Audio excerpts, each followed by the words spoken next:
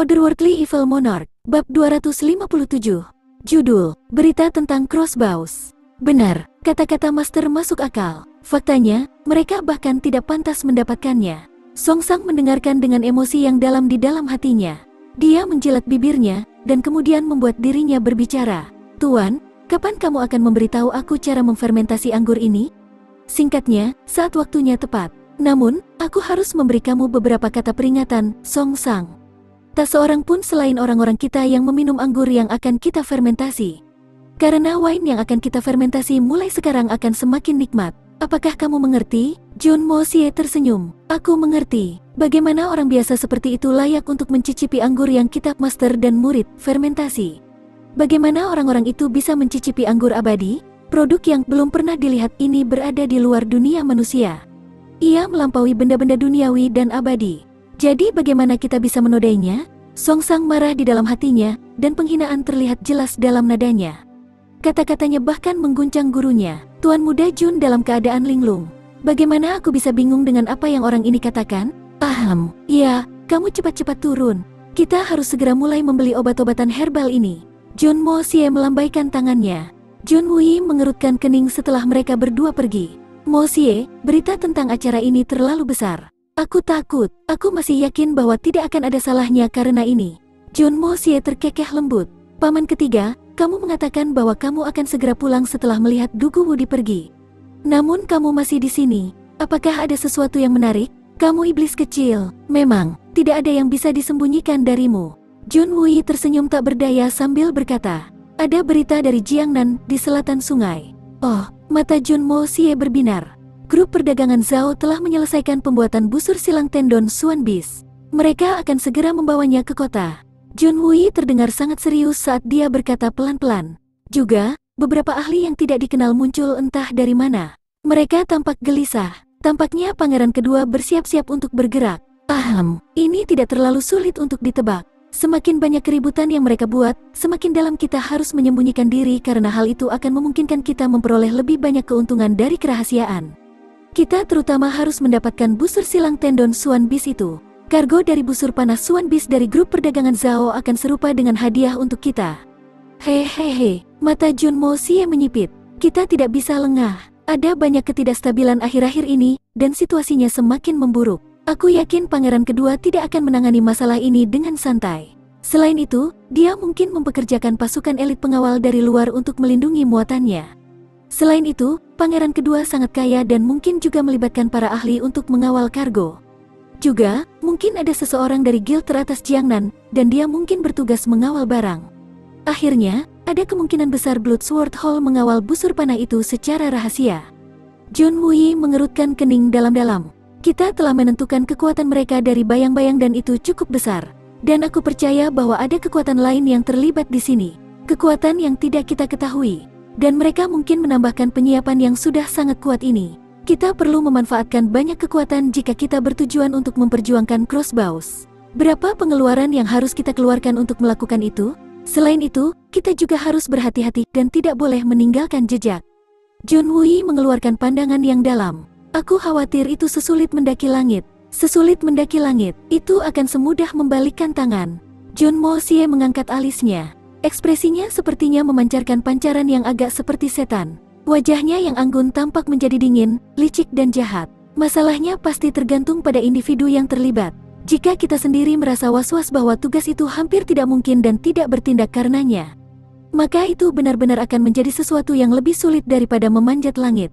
Namun, kita akan selalu menemukan berbagai cara untuk mengambil tugas selama kita memutuskan untuk bertindak. Bahkan, aku berani percaya bahwa setengah dari pertempuran kita akan dimenangkan pada saat kita memutuskan untuk mengambil tindakan.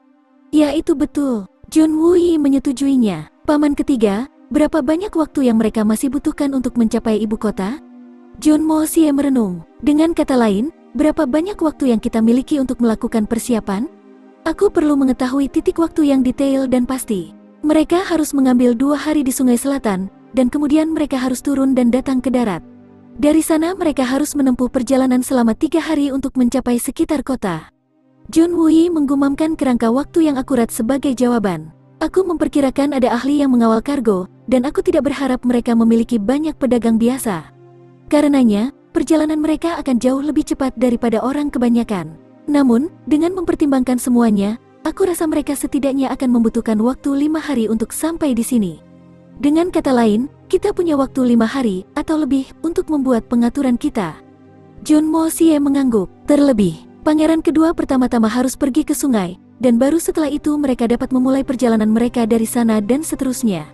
Ini berarti parti mereka akan membutuhkan setidaknya 10 hari atau lebih untuk benar-benar mencapai ibu kota.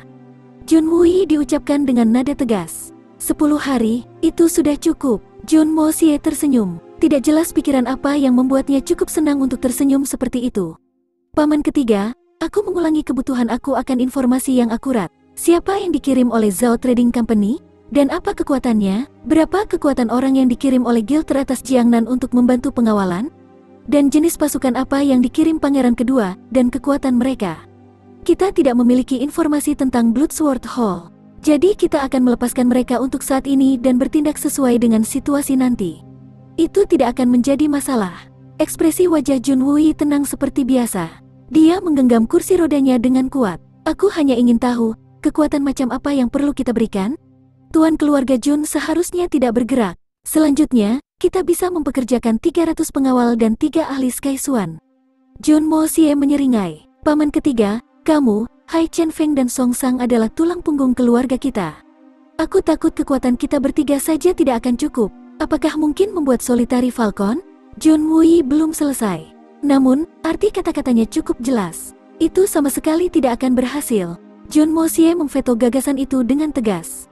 Kekuatan Solitary Falcon terlalu besar dan mungkin akan mengungkap identitas kita. Belum lagi dengan temperamennya, dia benar-benar akan menolak tugas licik seperti itu. Terutama ketika kita memulai konflik karena itu bertentangan dengan kesepakatan awal kita dengannya.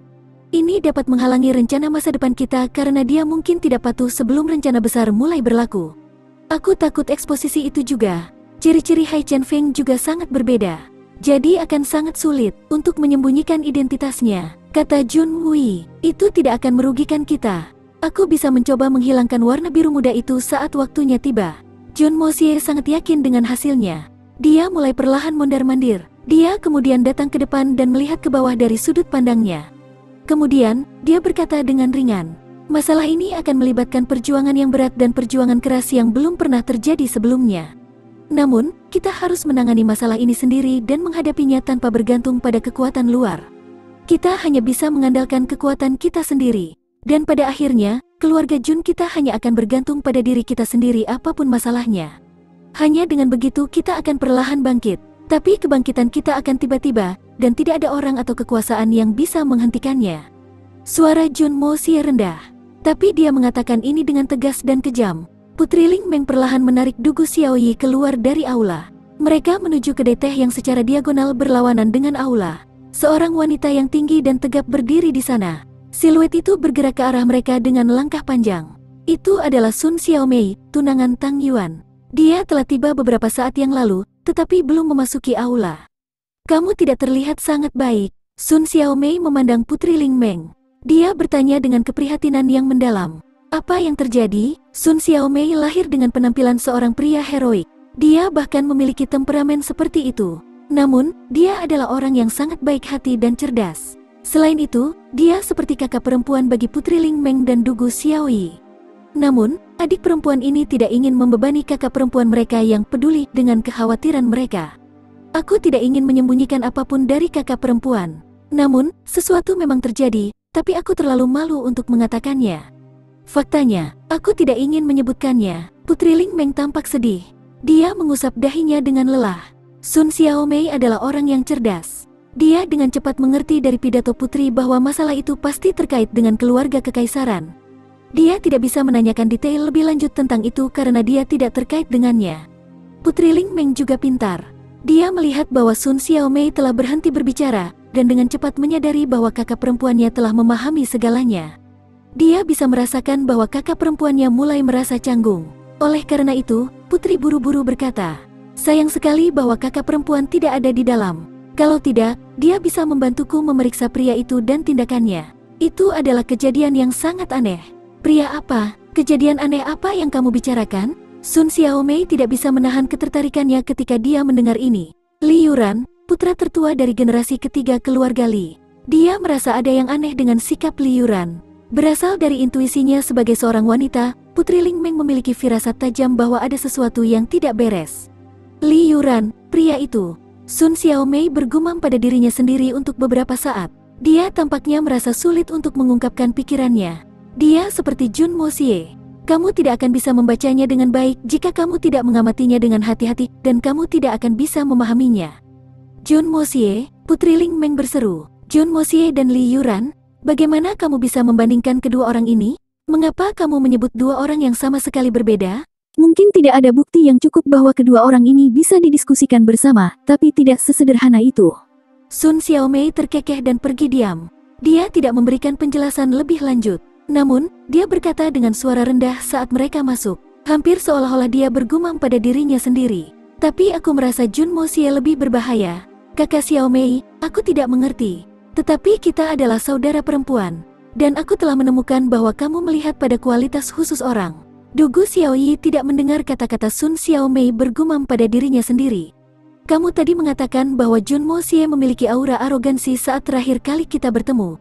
Aku masih tidak melihat kesombongan dalam dirinya. Dia hanya bertindak sedikit seperti bajingan, tidak lebih.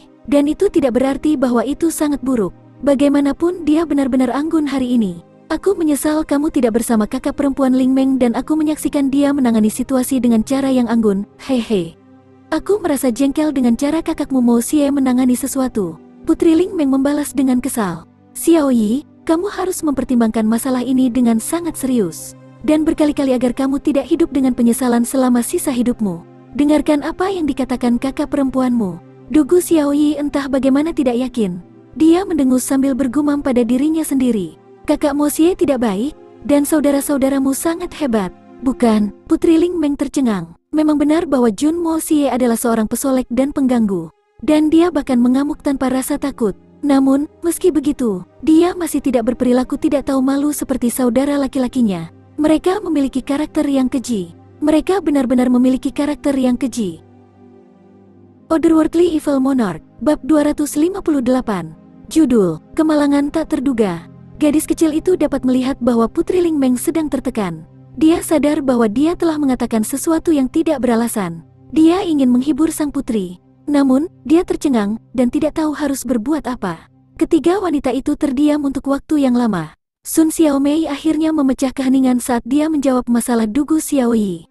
Kalian berdua tahu bahwa tubuhku mengalami perubahan besar dan tiba-tiba di masa kanak-kanak dan sekarang muncul seperti ini. Ini juga membuat sifat aku tenang dan tenteram. Sudut mulut Sun Xiaomei naik pahit. Aku tidak pernah berani meninggalkan rumah.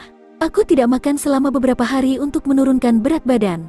Tetapi tidak berhasil. Sampai tahun itu, ketika aku bertemu guruku, dia menghela nafas panjang dan berbicara. Aku menderita penyakit yang membingungkan ini sejak usia 5 tahun. Dan sekarang sudah 15 tahun. Aku telah belajar untuk melihat melalui berbagai hal dan memahaminya selama 13 tahun terakhir ini. Aku tidak peduli dengan penampilan aku lagi. Apakah kamu pikir aku akan mengukur orang berdasarkan kecantikan mereka? Aku hanya merasakan perasaan orang ketika aku melihatnya.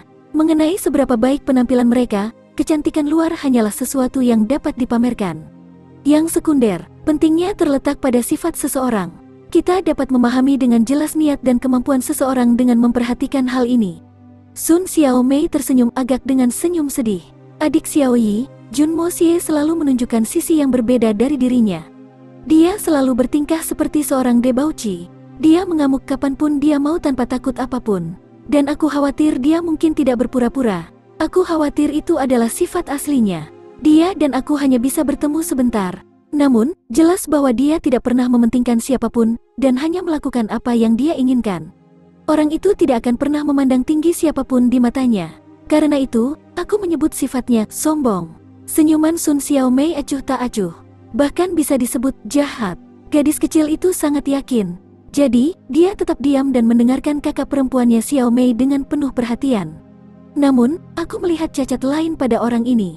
Padahal, itu mungkin tidak dilihat sebagai cacat oleh orang itu sendiri. Dan sehubungan dengan ini, Tuan Muda Jun lebih kejam daripada orang lain. Oleh karena itu, kamu belum memastikannya dengan benar. Kamu sudah pernah tersentuh olehnya, tetapi kamu tidak boleh terlalu banyak berinvestasi dalam hubungan kamu dengannya. Ini akan sangat menyakitkan bagimu. Dugu Xiaoyi mengerucutkan bibir kemerahannya.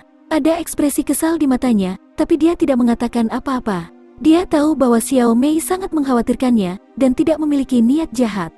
Sun Xiao Mei menghela nafas dalam hati. Dia sadar bahwa adik perempuannya tidak mendengarkannya. Putri Ling Meng ada di samping. Sepertinya dia linglung. Dia sepertinya berjalan di antara percakapan.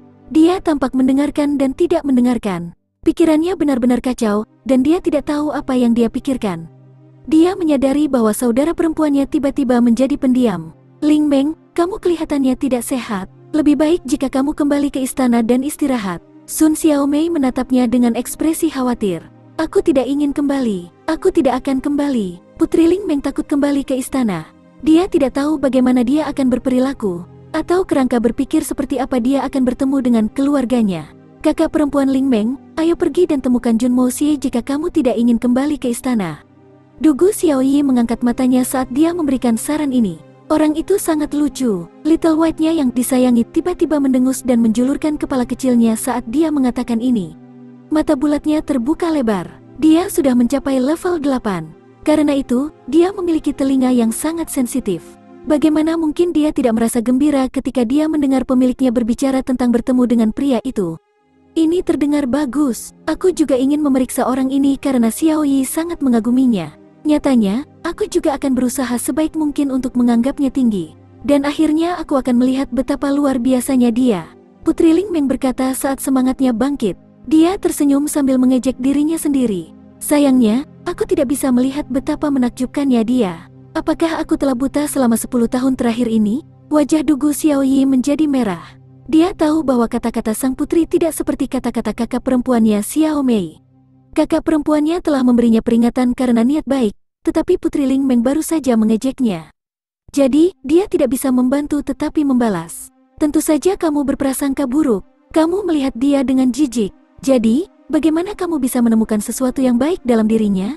Bagaimanapun, aku memiliki penglihatan yang baik. Sun Xiao Mei tersenyum. Kedua saudara perempuannya berpegang pada pendapat mereka sendiri dan menolak untuk mencapai kesepakatan. Ketiga wanita itu dengan santai mondar-mandir menuju kediaman keluarga Jun. 6 pelayan mereka mengikuti dengan setelan mereka. Pertengkaran antara Dugu Xiaoyi dan Putri Ling Meng agak menenangkan suasana saat mereka berjalan di sepanjang jalan. Jarak ke kediaman keluarga Jun tidak jauh, dan jalanan ramai dengan orang. Pejalan kaki lainnya mengagumi dua wanita cantik yang berjalan di jalan. Semua orang, tanpa kecuali, memandangi kedua wanita cantik itu. Lagi pula, banyak yang belum pernah melihat wanita yang sangat cantik seperti ini sepanjang hidup mereka. Sekarang sebenarnya mereka berdua berjalan bersama. Beberapa bangsawan yang bermartabat bahkan akan melihat mereka dengan tergesa-gesa dan diam-diam. Mereka kemudian akan kembali dan melanjutkan perjalanan. Mereka akan menyimpan citra itu di dalam hati mereka. Inilah jenis kecantikan aku. Kemudian tiba-tiba, ada angin kencang, dan dua cahaya biru mencapai langit yang hampa. Kemudian, kedua lampu ini tiba-tiba melesat ke arah Putri Ling Meng yang berada di antara para pejalan kaki. Itu seperti dua anak panah biru ditembakkan dari busur. Kecepatan seperti itu tidak bisa dihindari. Teriakan marah terdengar. Seseorang yang bersinar dengan cahaya biru yang glamor muncul. Dia berpakaian hitam. Ada pedang panjang bermata dua di tangannya. Pedang itu tampak membeku dalam celah seperti pelangi yang cemerlang. Dan kemudian, cahaya kesepian datang ke arah Putri Ling Meng. Sebuah pedang tiba-tiba menahan banyak pedang lainnya. Dari Sky Swan level, Ye Guhan telah tiba. Bam, bam, suara tabrakan bergema dua kali. Ketiga orang itu mundur secara bersamaan. Dua ahli Sky Swan lainnya berpakaian hitam, dan wajah mereka ditutupi topeng. Mereka jatuh kembali pada awalnya, tetapi menyerang ke depan sekali lagi. Lampu biru cemerlang berkedip dari keduanya saat mereka bergerak menuju Ye Guhan. Ye Guhan tersenyum dingin. Dia tidak tampak panik saat dia memegang pedang bermata dua dengan miring. Itu memancarkan cahaya biru saat dia menunjuk ke arah musuh. Seolah siap melakukan kerusakan vital. Sepertinya tidak akan menyerah pada oposisi. Kerumunan berseru pada awal kejadian ini, dan dengan cepat berpencar untuk melarikan diri. Jalanan kota yang ramai dengan cepat menjadi sepi. 3 orang termasuk Ye Guhan jatuh dan terjerat. Tiba-tiba terdengar peluit keras. 3 cahaya biru muncul, dan melesat ke arah Putri Ling Meng dengan kecepatan tinggi. Dia berada di belakang Ye Guhan. Suara Ye Guhan bergetar saat dia berteriak. Dia melarikan diri dari musuhnya, dan mundur dengan perasaan terdesak dalam gerakannya. Dia tidak menghindari serangan mereka dan menahannya di telapak tangan dan kakinya saat masih melawan kedua musuhnya. Tubuhnya menyemburkan darah saat dipukul dan dikirim berputar ke belakang. Dia jatuh di depan Putri Ling Meng. Pedang panjangnya mengeluarkan suara dentang saat jatuh. Rambut dan janggutnya acak-acakan, namun dia masih tidak melangkah mundur lebih jauh. Tidak sedikit pun, 3 pria lainnya tiba bersamaan. 2 pembunuh lainnya mengikuti retret Ye Guhan juga. Mereka menyusulnya dengan kecepatan kilat. Wajah Ye Guhan yang marah dengan cepat memudar. Itu diganti dengan ekspresi merah darah, namun tenang. Warna suan biru langitnya menjadi lebih kuat dan lebih kuat. Bahkan niat membunuh pedangnya tumbuh lebih tajam. Kekuatannya tampak seperti harimau gila. Namun, gerakan pedangnya tidak kacau. Mereka tepat. Anehnya, satu Sky Swan menghadapi 5 ahli lain dari level yang sama, sendirian dengan kekuatannya sendiri. Tangannya penuh saat dia melawan para pembunuh. Namun, dia masih memegangi tubuh langsing Putri Ling Meng. Dia mengerahkan semua upaya untuk membuangnya. Sejauh yang dia bisa, dia kemudian melolong. Cepat, lari. Tubuh halus Putri terbang sekitar 30 meter, dan kemudian jatuh ke tanah. Matanya merah dan berkaca-kaca. Dia tersedak oleh emosi. Paman Ye, kebanyakan orang dari generasi senior hanya akan memikirkan kebaikannya sendiri. Hanya pamannya Ye yang berbeda. Mata Sun Xiaomei berbinar. Target dari para pembunuh jelas-jelas adalah Putri Ling Meng. Dan Ye Guhan tidak akan bisa menahan 5 ahli Sky Swan. Kita hanya dapat meminta bala bantuan cepat untuk menghadapi situasi ini. Namun, 5 ahli Sky Swan yang hebat ini bisa dianggap yang terkuat di semua kota Tianxiang. Jadi bahkan jika semua rumah besar di ibu kota akan memberikan bantuan, dan bahkan jika bala bantuan mereka tiba tepat waktu, diragukan bahwa mereka akan cukup untuk mencegah ancaman.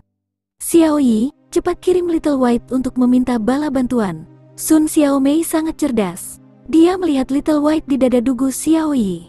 Dia menatap matanya dan menyadari bahwa dia telah memahami rencananya. Dia telah menghitung bahwa tidak ada yang bisa membawa bantuan tepat waktu. Apalagi melarikan diri membantu mereka melarikan diri. Namun, Little White berbeda. Little White masih sangat muda dan tidak terlalu kuat. Namun, dia masih level 8 Swan Beast. Kecepatan ultranya tak tertandingi. Bahkan seorang ahli spirit Swan tidak mungkin menyusulnya. Apalagi ukurannya yang kecil akan membuatnya sangat sulit untuk ditangkap. Dugu Xiaoyi segera tersadar dan meraih putih kecil dari dadanya. Tidak masalah apakah dia mengerti apa yang akan dia katakan atau tidak. Little White, aku bergantung padamu. Cepat beritahu ayahku. Katakan padanya untuk datang secepat mungkin dan selamatkan kita. Cepat pergi. Sun Xiaomei mendesak dengan cemas. Mengapa kamu membuang-buang waktu? Dia dengan cepat mengeluarkan pedang. Dia menahan rasa sakit saat dia memotong lengannya dengan itu. Kemudian, dia dengan cepat merobek sepotong pakaian Dugu Xiaoyi, mencelupkannya ke dalam darahnya sendiri, dan mengikatnya ke kaki Little White. Dia kemudian membuangnya. Selama siapapun dari keluarga Dugu melihat kain bernoda darah itu, mereka akan segera mengerti bahwa Dugu Xiaoyi dalam bahaya, dan akan segera bergegas untuk menyelamatkan mereka. Di luar itu, para wanita ini hanya bisa menunggu. Little White merintih keras dan menembak seperti anak panah. Salah satu dari 5 pembunuh menyeringai dengan kejam. Kemarilah, anak kecil. Dia mengulurkan tangannya. Dia mengira itu hanya seekor anak kecil, apa yang mungkin dilakukannya, jadi dia berusaha meraihnya. Dia pikir, Little White marah. Dia melompat dan tiba-tiba mulut kecilnya menunjukkan gigi yang sangat tajam. Dia dengan kejam mengunyah tangan pria itu. Dan secara bersamaan, Little White mengulurkan cakarnya yang tajam dengan kecepatan kilat dan menggaruk lengan pria itu.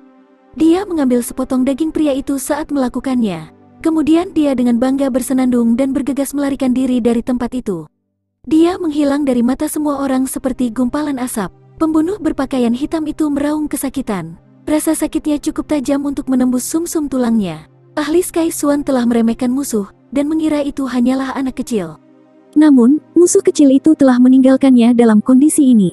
Dia benar-benar tidak menyadari bahwa anak kecil itu sudah menjadi Swan Beast level 8.